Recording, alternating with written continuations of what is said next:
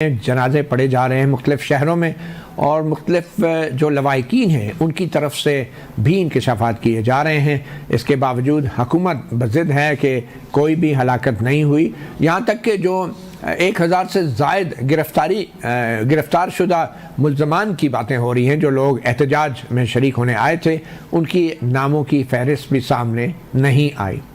اب اسی الجھن اور اسی کنفیوژن میں بہت سے لوگ اپنے پیاروں کے ابھی بھی منتظر ہیں، ہسپتالوں کے چکر بھی لگا رہے ہیں، تھانوں کے چکر بھی لگا رہے ہیں، مگر ان کو کچھ نہیں مل رہا۔ اس کے ساتھ ہی ریاست کی طرف سے جو رد عمل ہے وہ مزید سخت سے سخت ہوتا جا رہا ہے۔ اب جبکہ ایک بات طے ہو گئی ہے کہ اسلام آباد وفاقی دارالحکومت میں یا پھر کسی بھی بڑے شہر میں کسی بھی شہری یا انسان کے لیے اب حکومتی زیادتی یا ظلم یا ناانصافی کے خلاف احتجاج کرنا آسان نہیں ہوگا، تو نظر یہ آ رہا ہے کہ تمام سیاسی جماعتیں بشمول پی ٹی آئی اب نئی حکمت عملی کے حوالے سے غور و خوض کر رہی ہیں۔ وہ حکمت عملی کیا ہوگی؟ تو آپ جب میرے ساتھ پیمز ہاسپٹل میں گئے تو آپ ہی بتا دیں کہ کیا آپ کی معلومات تھی وہاں پہ گولیوں سے زخمی کتنے لوگوں کا اندازاً اور گولیوں سے ہلاکتوں کا کیا اعداد و شمار ہیں؟ ایک تو میرا خیال ہے جو گورنمنٹ ہے جب یہ کہتے ہیں کہ کچھ بھی نہیں ہوا تو ان کو پھر جو پیمز اور پولی کلینک ہے ان کو آزادانہ جہاں سے ڈیٹا جو ہے وہ کلیکٹ کیا جا سکتا ہے ان کو پھر فری ہینڈ دینا چاہیے، نہ کہ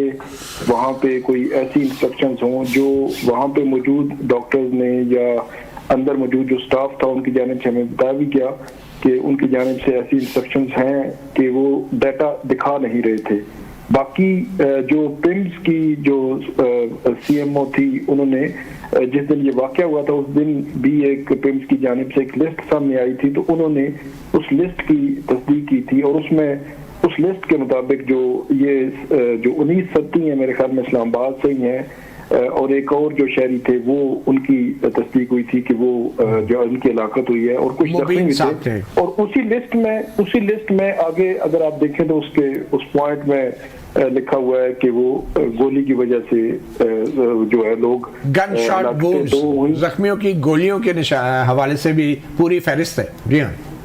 جی وہ جو فہرست تھی وہ سی ایم او جو ہے وہ انہوں نے جو پولی کلینک کے تھی تو تقریباً میرے خیال میں 18 زخمی تھے یا اور 2 اس میں وہ ہلاکتیں جو ہے وہ ظاہر ہو رہی تھی۔ اسی طرح پیمز میں بھی 2 جو ہلاکتیں تھیں وہ ان کے ریکارڈ کے مطابق ہمیں نظر آ رہی تھیں اور کچھ زخمی بھی وہاں پہ موجود تھے، بلکہ جو ڈاکٹرز تھے ان زخمیوں کے حوالے سے وہ بتا رہے تھے۔ تو آپ کو کیا لگ رہا ہے یہ جو رویہ ہے حکمران جماعت کا، ان کو کیا کرنا چاہیے کہ یہ ونڈیکیٹ ہو سکے لوگوں کی نظروں میں؟ میرا خیال ہے جو گورنمنٹ ہے وہ پچھلے 4 روز سے یہی کر رہی ہے کہ مختلف الزامات سامنے آ رہے ہیں، تردیدیں آ رہی ہیں اور بار بار آ رہی ہیں، بار بار پریس کانفرنسز ہو رہی ہیں، تو اس پر ایک انڈیپینڈنٹ جوڈیشل انکوائری کروا لے سپریم کورٹ کا یا ہائی کورٹ کا کوئی جج جو ہے اس کو انڈیپینڈنٹ جج جو انڈیپینڈنٹ مائنڈ کا ہو، تاکہ یہ جو ہے وہ اور اگر یہ انڈیپینڈنٹ انکوائری نہ ہوئی تو میرے خیال میں کچھ تو ایکچوئل جو خبریں ہیں کچھ جو ہے وہ خبریں پھیلی ہوئی ہیں، تو یہ جو ہیجان ہے یہ کوئی میرے خیال میں ملک کے لیے بھی درست نہیں ہے، اس لیے ایکچوئل سچویشن بالکل سامنے آنی چاہیے اور وہ اسی طرح ہی آ سکتی ہے جب حکومت جو ہے وہ مکمل طور پر اس کی تردید کر رہی ہے تو وہ اس کی جوڈیشل انکوائری کروا لے اور اس میں کلیئرٹی آ جائے، اور جو ساتھ ہی پولی کلینک اور پیمز ہاسپٹلز کو کہیں کہ اگر کوئی وہاں پہ وزٹر آتا ہے کوئی جرنلسٹ تو ان کو آپ ڈیٹا دکھا دیں۔ بالکل میرے خیال میں کلیئرٹی ہو جائے گی۔ بڑی زبردست بات کی، کوئی مشکل نہیں ہے موجودہ حکومت کے لیے کہ وہ فہرستیں جاری کریں زخمیوں کی، ہلاک ہونے والوں کی، وہ فہرستیں جاری کریں گرفتار ہونے والوں کی، تاکہ لوگ جو ہیں تھانوں کے اور مردہ خانوں کے اور قبرستانوں کے چکر نہ لگا رہے ہوں اپنے پیاروں کی تلاش کے لیے۔ یہ بات آپ نے بڑی زبردست کی۔ حسنات ملک صاحب، آپ بھی اب عدالتوں کو کافی عرصہ ہو گیا ہے کور کرتے رہے ہیں، اس کے اندر عدالتیں جو ہیں اس معاملات کے اندر لگتا نہیں ہے کہ سپریم کورٹ اب اس طرح کے معاملات میں کوئی سو موٹو کاروائی کر سکے، یہ خاص طور پہ جو آئینی بینچ جو کہ اب دعوے دار ہے کہ وہ سو موٹو نوٹس لینے کا اختیار ہے. تو کیا لگ رہا ہے کہ سپریم کورٹ جو ہے اس معاملے میں بالکل کسی قسم کا کوئی دلچسپی نہیں رکھتی، حالانکہ یہ معاملہ بڑا سنگین ہے اور گولی چلی ہے اسلام آباد وفاقی دارالحکومت میں؟ بالکل، اس وقت جو سپریم کورٹ ہے وہ ایگزیکٹو کے ساتھ ہے ہر معاملے میں، اور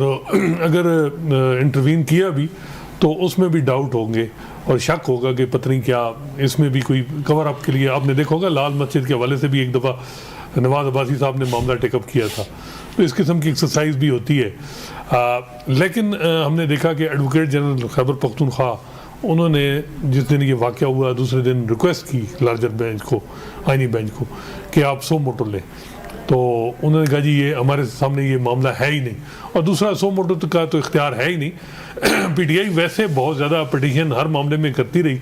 اب میرا خیال ہے کہ وہ ان کو بھی اندازہ ہے کہ پٹیشن کریں گے تو چیزیں کور اپ کے لیے، کیونکہ اتنا زیادہ مسٹرسٹ ہے اور چیزیں اتنا ہی کنٹرول ہیں کہ ان کو بھی اندازہ ہے کہ بڑا مشکل ہے کہ ان کو عدالتوں سے کوئی بڑا ریلیف ملے. کوئی ریلیف کا ایسا کوئی بظاہر یہ لگ رہا ہے کہ 26ویں آئینی ترمیم کے بعد میرا نہیں خیال کہ کوئی ایسی سچویشن بن رہی ہے جو امید تھی نا کہ وہ اس طرح کی کوئی بن رہی ہے. اچھا، دوسری بات اسناد ملک یہ ہے کہ وزیر اعظم شہباز شریف نے جو ہے آج وفاقی کابینہ کے اجلاس سے خطاب کرتے ہوئے کہا ہے کہ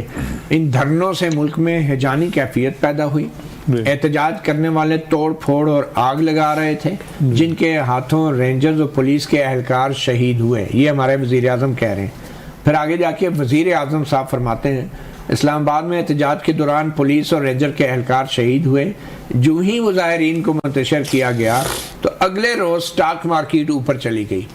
یہ سٹاک مارکیٹ کا کیا یہ ہے سلسلہ؟ یہ مظاہرین کو منتشر کیا گیا سے مطلب ہے کہ جو ہی گولی چلی اور اتنی بڑی تعداد میں جو سرکاری اسپتالوں کے ریکارڈ کے مطابق